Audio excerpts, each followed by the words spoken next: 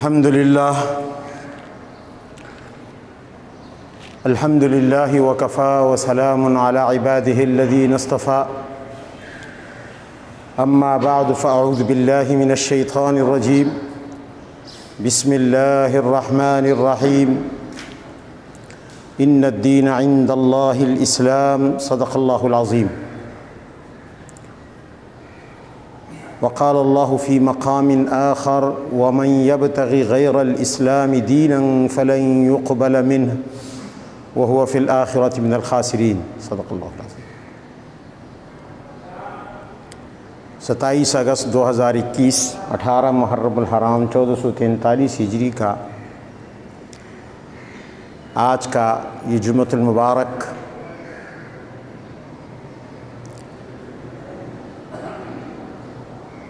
اس حوالے سے کہ اللہ کے ہاں پسندیدہ دین کیا ہے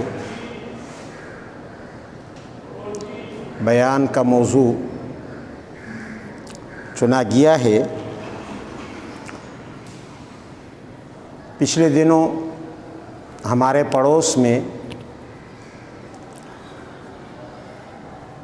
موجودہ دور کی ایک معاشی سپر طاقت چین نے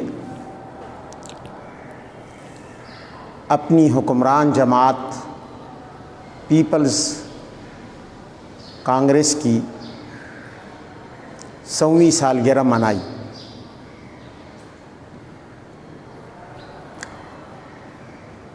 سو سال پہلے انہوں نے کمیونسٹ مفکرین کی تعلیمات کی روشنی میں چین کے اندر اس پارٹی کی بنیاد رکھی، اور 100 سال کے بعد آج وہ اس مقام پر کھڑے ہیں کہ وہ اپنے آپ کو ایک ترقی یافتہ قوم، ایک طاقتور قوم سمجھتے ہیں، اور اس پر وہ خوشی بھی منا رہے ہیں۔ اس بات سے قطع نظر کہ عام آدمی کے ذہن میں کیا ہے، آیا وہ مطمئن ہے یا نہیں، یہ ایک الگ سوال ہے، لیکن وہاں کی حکمران جماعت، وہاں کی فوج، وہاں کی بیوروکریسی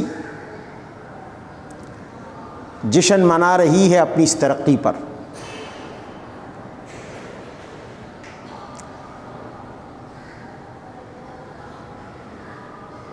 لیکن انہیں اور ہمیں اور پوری دنیا کو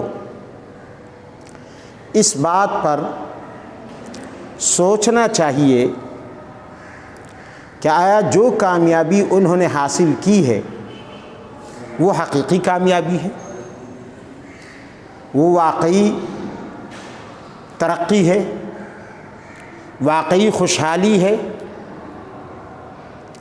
یا یہ محض ایک دھوکہ اور سراب ہے۔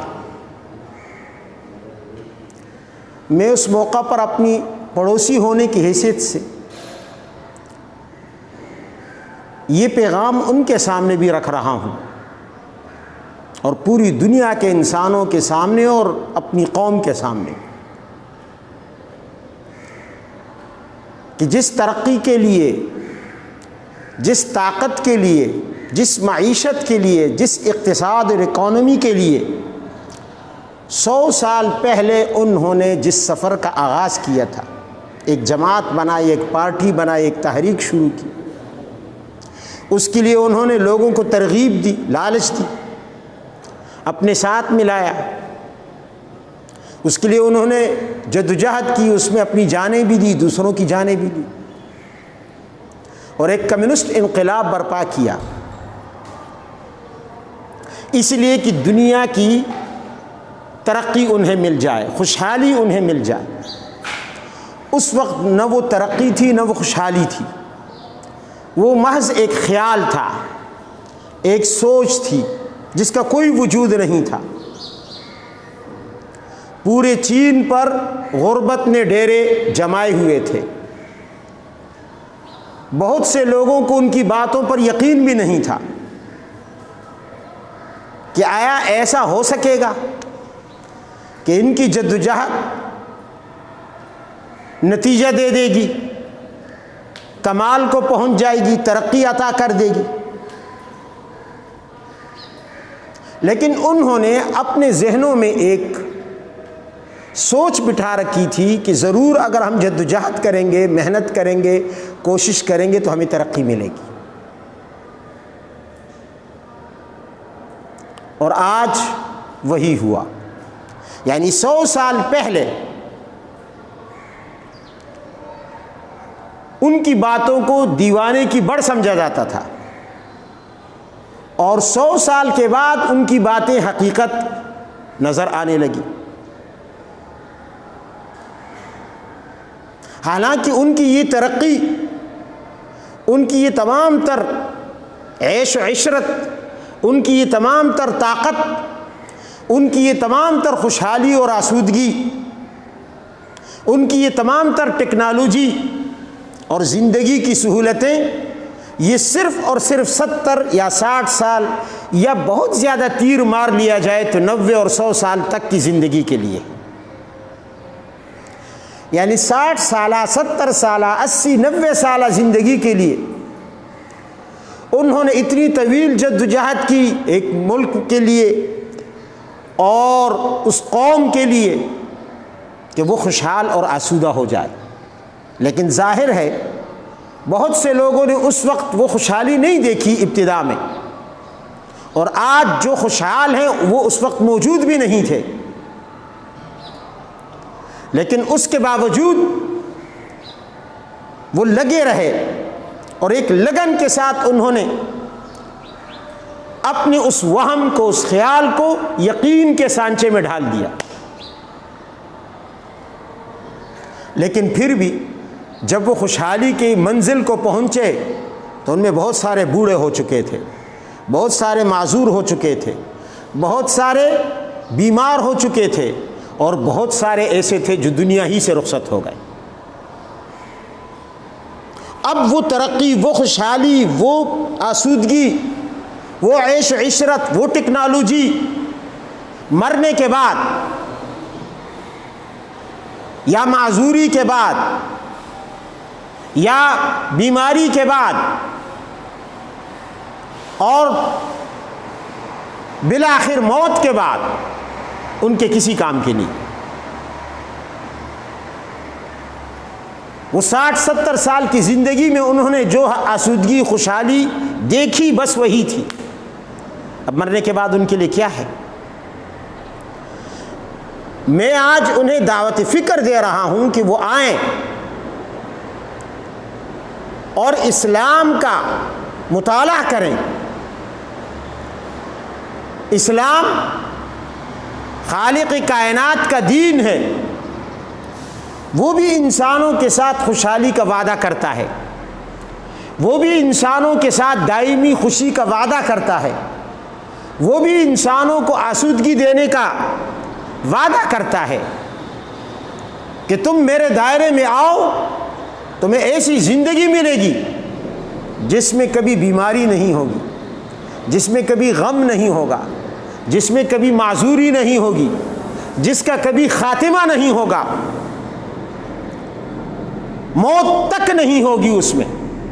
وہ اربوں کھربوں سال گزر جائیں، انسان سدا جوان رہے، انسان سدا صحت مند رہے، انسان سدا خوشحال رہے، انسان سدا خوشی اور مسرت سے اس کا دل مالا مال رہے۔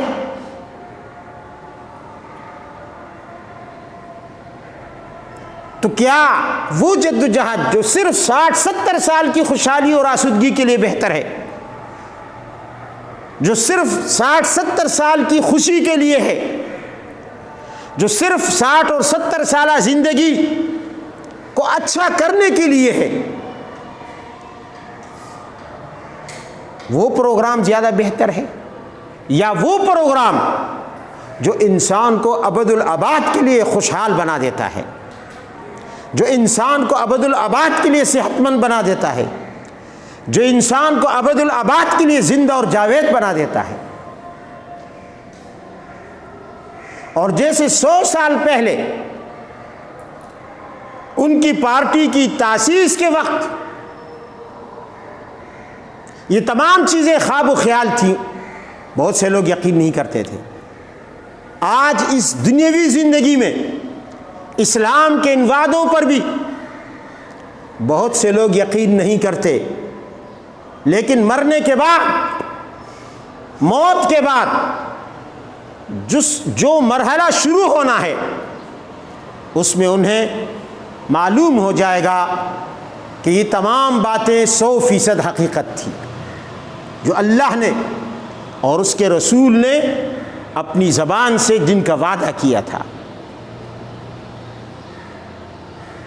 وعد اللہ المؤمنین والمؤمنات جنات تجری من تحتها الانہار خالدین فیہا ومساکن طیبۃ فی جنات عدن۔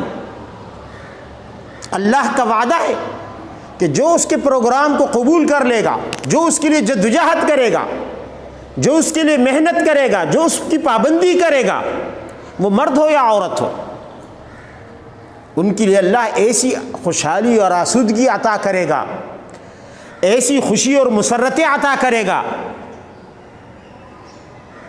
کہ انہیں کسی قسم کی کوئی پریشانی نہیں ہوگی، نہ معاشی، نہ صحت کے حوالے سے، نہ ہی موت کے حوالے سے۔ جنات تجری من تحت الانہار، باغات الگ ہوں گے، خالدین فیہا، موت کا نام و نشان نہیں ہوگا، ہمیشہ زندہ رہیں گے۔ مساکن طیبتاً، اور پاکیزہ مضبوط عمارتیں ان کی رہائش گاہیں ہوں گی جو دیکھنے سے تعلق رکھتی ہوں گی۔ یہ پروگرام اللہ تعالیٰ نے انسانیت کو دیا ہے۔ میں انہیں دعوت دیتا ہوں اس قوم کو کہ وہ بھی 100 سال انہوں نے کمیونزم میں گزارے، آئیں چند سال وہ اسلام کے سائے میں گزار کر دیکھیں، انہیں اللہ تعالیٰ اسی دنیا میں دنیا کی خوشحالی اس سے مزید عطا کر دے گا، عزتیں عطا کر دے گا، سکون عطا کر دے گا۔ آج چائنا ایک بہت بڑی طاقت ہے، فوجی لحاظ سے، معاشی لحاظ سے، ٹیکنالوجی کے لحاظ سے، خلا تک وہ کمن ڈال رہا ہے، لیکن کیا وہاں کے لوگوں کے دلوں میں سکون ہے؟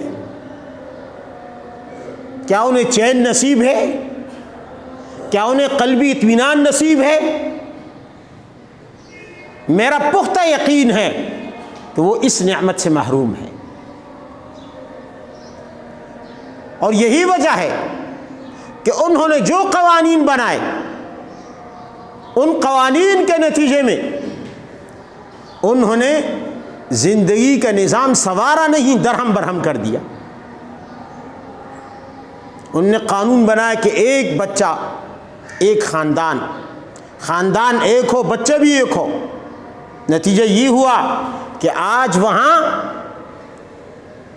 مرد اور عورت کا تناسب ڈس بیلنس ہو گیا ہے، عدم توازن کا شکار ہے۔ یہ اللہ تعالیٰ کے قوانین کے خلاف چلنے کا نتیجہ ہے، اللہ سے بغاوت کا نتیجہ ہے۔ یہی ایک مصیبت کم ہے ان کے لیے، یہی ایک عذاب کم ہے ان کے لیے۔ یہی وجہ ہے کہ باوجود تمام تر ترقی کے وہ اپنے آپ کو زلزلوں سے نہیں بچا سکتے، طوفانوں سے نہیں بچا سکتے، سیلابوں سے نہیں بچا سکتے، اللہ کے عذاب سے نہیں بچا سکتے۔ اور میں انہیں کہتا ہوں کہ تم ذرا اپنے بزرگوں کی تاریخ اٹھا لو کہ انہوں نے ہمارے بزرگوں کے لیے کیا کہا، اور پھر ان کے قول کی روشنی میں میری اس دعوت کو جانچ لو جو سراسر خیرخواہی پر مبنی ہے۔ امیر المؤمنین حضرت فاروق اعظم رضی اللہ تعالی عنہ کے دور میں آپ نے مجاہدین بھیجے، اس وقت کی سپر پاور فارس کو فتح کرنے کے لیے۔ حضرت احنف ابن قیس رضی اللہ عنہ مجاہدین کے کمانڈر ہیں، جرنیل ہیں، اسلام کی فوج کے سپہ سالار ہیں، امیر لشکر ہیں۔ انہوں نے اس وقت سپر پاور ایران، یا اس وقت اسے فارس کہا جاتا تھا، اس کے بادشاہ کسریٰ یزدگرد کے ملک پر حملہ کر دیا۔ حالانکہ وہ سپر پاور، یہ پردیسی مسافر اپنے وطن سے دور، وہ اپنے ملک کے اندر بہت بڑی طاقت، بہت بڑی فوج، بہت بڑا اسلحہ لے کر میدان میں آتا ہے، لیکن حضرات صحابہ کرام اپنے ایمان کی طاقت کے بل پر اسے ناکو چنے چبوا دیتے ہیں۔ وہ وقت کا سپر پاور یزدگرد مجبور ہوتا ہے اپنے اڑوس پڑوس کی حکومتوں سے مدد مانگنے پر، چنانچہ ملک سغد کے حکمران کی طرف اس نے پیغام بھیجا، اس وقت ترکی کے حکمران کی طرف اس نے خط بھیجا کہ میری مدد کے لیے فوجیں بھیجو، اور تیسرا خط اس نے چین کے حکمران کے نام بھیجا۔ خاص اپنا ایک قابل اعتماد، قابل بھروسہ قاصد اسے خط دے کر روانہ کیا۔ وہ خط لے کر چین پہنچتا ہے، چائنا کے بادشاہ کے سامنے اس کے دربار میں حاضر ہوتا ہے، اسے خط پیش کرتا ہے کہ جناب ہمارے بادشاہ نے، جو وقت کا سپر پاور ہے ہمارا ملک، اس کے حکمران یزدگرد کی طرف سے میں یہ خط لے کر آیا ہوں۔ یزدگرد نے کابینہ کی میٹنگ بلا کر اس خط کو کھولا، درباریوں میں اس خط کو پڑھا جانے لگا۔ اس خط میں اس نے لکھا تھا، میں ایران کا بادشاہ یزدگرد چین کے بادشاہ سے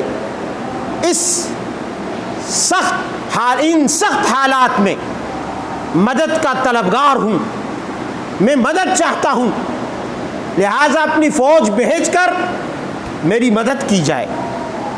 اس وقت چین کے بادشاہ نے اس قاصد سے کہا کہ عجیب بات ہے، حیرت انگیز امر ہے، میری عقل میں یہ بات نہیں آتی، ایک مسافر ٹولہ، ایک پردیسی جماعت، ایک اپنے وطن سے دور دراز علاقے سے، اپنے دور دراز وطن سے تھکی ہاری جماعت، لشکر آ کر تمہارے ملک پر حملہ کرتا ہے، اور تم سپر پاور ہو، فوج کی کمی نہیں ہے، اسلحے کی کمی نہیں ہے، ساز و سامان کی کمی نہیں ہے، روپے پیسے کی کمی نہیں ہے، کیسی ایک چھوٹی سی جماعت جو بھوکی بھی ہے، جس کے پاؤں میں جوتے بھی نہیں ہیں، اور تھکی ہاری بھی ہے، جس کے پاس ہتھیار بھی نہیں، اس نے تمہیں ناکو چنے چبوا دیے اور تمہیں اس حد تک مجبور کر دیا کہ سپر پاور ہونے کے باوجود تم مجھ سے مدد لینے کے لیے آئے ہو، مدد کے طلبگار ہو۔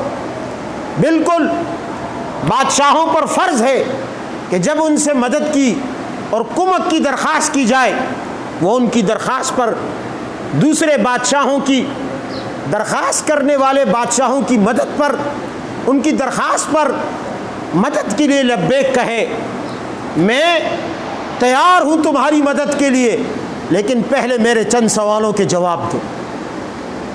وہ قاصد بیٹھا ہے، ایران کے بادشاہ کا قاصد، چین کے بادشاہ کے دربار میں،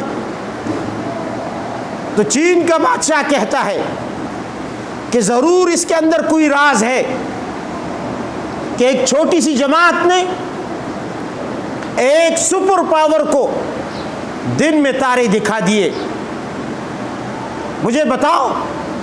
اس نے کہا آپ سوال کریں، میں جواب دوں گا، مجھے جو کچھ معلوم ہوگا اس لشکر کے بارے میں تمام باتیں آپ کے سامنے کھول کر رکھ دوں گا، آپ سوال کریں۔ اس نے پہلا سوال کیا، یہ جو لوگ تمہارے ملک پر حملہ آور ہیں، جب کسی سے ایگریمنٹ کر لیتے ہیں، معاہدہ کر لیتے ہیں، عہد و پیمان کر لیتے ہیں، وعدہ کر لیتے ہیں، بتاؤ کبھی ان کی تاریخ میں عہد شکنی کی، وعدہ خلاف ورزی کی، ایگریمنٹ توڑنے کی کوئی مثال ملتی ہے؟ کبھی انہوں نے نقض عہد کیا ہے؟ کبھی اپنی زبان سے پھرے ہیں؟ وہ قاصد کہتا ہے کہ آپ جس قوم کے بارے میں پوچھ رہے ہیں، جس نے ہمارے ملک کو پریشان کر دیا ہے، واقعی آج تک زبان کے معاملے میں ان کی تاریخ رہی ہے کہ وہ ہمیشہ عہد کے پکے رہے ہیں۔ دوسرا سوال کیا چین کے بادشاہ نے، مجھے بتاؤ وہ تمہیں کیا کہتے ہیں، جنگ سے پہلے کیا مطالبہ رکھتے ہیں؟ اس نے کہا بادشاہ سلامت، جنگ سے پہلے وہ مطالبہ رکھتے ہیں ایمان لے آؤ۔ ہم لے آئیں، جو بھی قوم ایمان لے آتی ہے وہ اسے اپنا بھائی بنا لیتے ہیں، پھر جو پابندیاں ان پر، وہ پابندیاں ان پر بھی، جو مراعات ان اپنے لیے وہی مراعات ان نو مسلموں کے لیے بھی۔ لہٰذا وہ کہتے ہیں کہ ایمان لے آؤ تو ہمارے جیسے بن جاؤ اور پھر ہمارے برابر بن جاؤ۔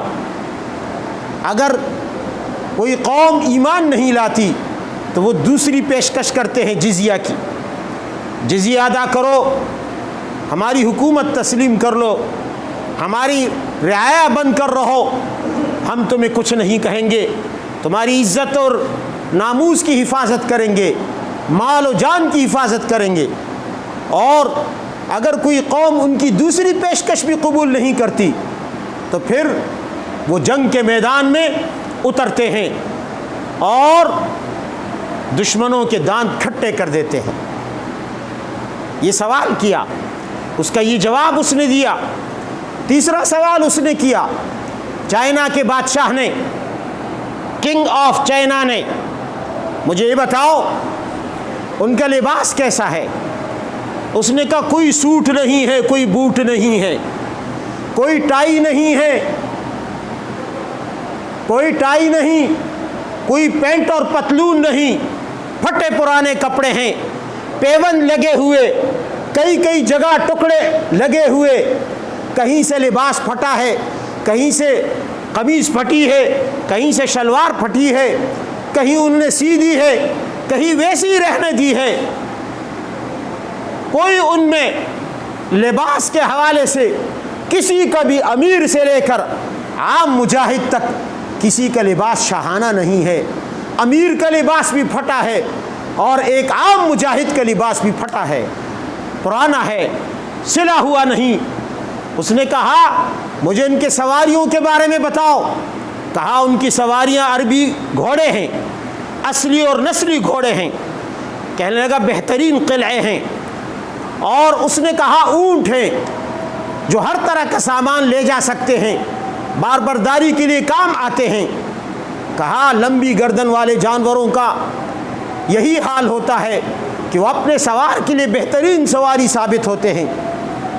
کہا اچھا مجھے اس قوم کے حلال و حرام کا بتاؤ، کس چیز کو حلال سمجھتے ہیں، کس چیز کو حرام سمجھتے ہیں؟ وہ قاصد کہتا ہے جی ان کے حلال کی یہ فہرست ہے، ان کی حرام کی یہ فہرست ہے، ان کے دین میں یہی چیزیں حلال ہیں، ان کے دین میں یہی چیزیں حرام ہیں۔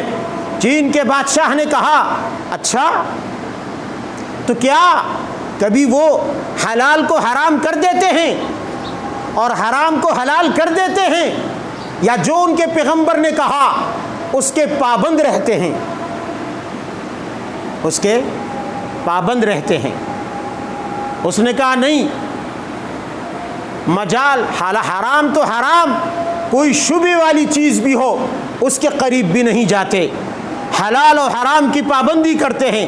چین کا وہ کافر بادشاہ کہتا ہے کہ جب تک وہ حلال و حرام کی پابندی کرتے رہیں گے کامیابی اور فتح ان کے قدم چومتے رہے گی، وہ ہمیشہ غالب رہیں گے۔ آج ہم نے حرام کو حلال کر دیا، اسی لیے ہم دن بدن پستی اور ذلت کا شکار ہو رہے ہیں۔ ہماری شریعت میں بے پردگی حرام تھی، ہم نے اسے حلال کر لی، جائز کر دی۔ ہماری شریعت میں داڑھی منڈانا حرام تھا، ایک مجھ سے کم کرنا ناجائز تھا، ہم نے اسے حلال سمجھا، ہم نے اسے حلال کر دیا۔ ہماری شریعت میں قوم پرستی حرام تھی، وطن پرستی حرام تھی، ہم نے اسے اپنے لیے حلال کر دی۔ ہماری شریعت میں جھوٹ، دغابازی، کینہ، غیبت حرام تھی، ہم اسے حلال سے بھی زیادہ استعمال کر لیتے ہیں۔ اور یہ تو چند چیزوں کے نام میں نے گنوائے ہیں، اگر ہم اپنی زندگیوں کا جائزہ لیں، کتنی حرام چیزوں کو ہم دھڑلے سے یہ سمجھتے بھی نہیں کہ یہ حرام ہے، اللہ نے پابندی لگائی ہے، منع کیا ہے۔ گانا حرام ہے، ہم نے اسے حلال بنا دیا، ہم کہتے موسیقی روح کی غذا ہے۔ بے حیائی حرام ہے، ہم نے اسے حلال کر دیا اپنے لیے، اور ہر طرح کی بے حیائی کو ہم جائز سمجھتے ہیں، شیریں مادر کی طرح ہضم کر جاتے ہیں۔ چین کے بادشاہ نے کہا جب تک یہ حلال کو حلال اور حرام کو حرام سمجھتے رہیں گے، دنیا کی کوئی طاقت انہیں شکست نہیں دے سکے گی۔ پھر اس نے کاغذ قلم لیا، خط لکھا، کسریٰ کے نام، یزدگرد کے نام اس نے خط لکھا۔ اس نے کہا او یزدگرد، او ایران کے بادشاہ، میں یہ بات اچھی طرح جانتا ہوں کہ جب ایک بادشاہ دوسرے بادشاہ سے مدد طلب کرے تو اس بادشاہ کو مدد طلب کرنی چاہیے، اسے کمک دینی چاہیے، لیکن یاد رکھ میں نے تیرے قاصد سے انٹرویو لیا ہے، جو قوم تجھ پر حملہ آور ہے، جس قوم نے تیرے ملک پر حملہ کیا ہے، اور تو ان سے پریشان ہو کر سپر پاور ہونے کے باوجود مجھ سے مدد لینے کے لیے تو نے خط لکھا، قاصد بھیجا، میں یہ کر سکتا ہوں، میرے پاس اتنی پاور ہے، میرے پاس اتنی طاقت ہے کہ میں اتنی عظیم الشان فوج تیری مدد کے لیے بھیج دوں کہ جس کا ایک سرا ایران کے شہر مرو میں ہو اور اس کا دوسرا سرا چین میں ہو، اتنا عظیم لشکر میں تیری مدد کے لیے بھیج سکتا ہوں۔ لیکن تو نے جس قوم کے بارے میں تیرے قاصد نے بتایا ہے وہ قوم ایسی ہے کہ خدا کی قسم اگر وہ پہاڑ سے ٹکر آ جائے، پہاڑ سے ٹکر لے لے تو پہاڑ بھی ریزہ ریزہ ہو جائے، اور وہ قوم ایسی قوم ہے کہ اگر اسی جہاد پر ہمیشہ کے لیے قائم و دائم رہے، کبھی سستی نہ کرے، جہاد کے معاملے میں ہمیشہ چست رہے، ہمیشہ جہاد کرتی رہے، تو آج تو وہ تیرے ملک کو فتح کرنے آئی ہے اور تیرا ملک فتح کر کے رہے گی۔ کوئی بعید نہیں کہ ایک دن وہ میرے ملک چین پر بھی قبضہ کر کے میری حکومت کو بھی صفحہ ہستی سے نابود کر دے۔ اس نے کہا میرے بس میں نہیں، میں دنیا کی ساری فوجوں کو اکٹھا کر کے تیری مدد کے لیے بھیج دوں، تب بھی ان کا مقابلہ نہیں کیا جا سکتا۔ یہ کیا چیز تھی؟ یہ صحابہ کرام کا ایمان تھا، اور اس کی بات سچ ثابت ہوئی۔ صحابہ کرام نے حضرت احنف ابن قیس کی سربراہی میں کسریٰ کو ناکو چنے چبوا دیے، اور یزدگرد بھاگنے پر مجبور ہوا بیچارہ، پھر کبھی کسی ایک جگہ پناہ لیتا، کبھی کسی دوسری جگہ پناہ لیتا، کوئی پناہ دینے والا اسے نہ ہوتا، اور اللہ تعالیٰ نے ایران کو فتح کر دیا۔ بہرحال میں عرض یہ کر رہا تھا کہ یہ حضرات صحابہ کرام کی ایمانی قوت تھی۔ آج بھی اگر یہ قوت کسی مادی قوت کے ساتھ مل جائے تو اس کے لیے پوری دنیا کو فتح کرنا مشکل نہیں ہے۔ اللہ تعالی ہمیں ایمانی قوت عطا فرما دے۔ وآخر دعوانا ان الحمد للہ۔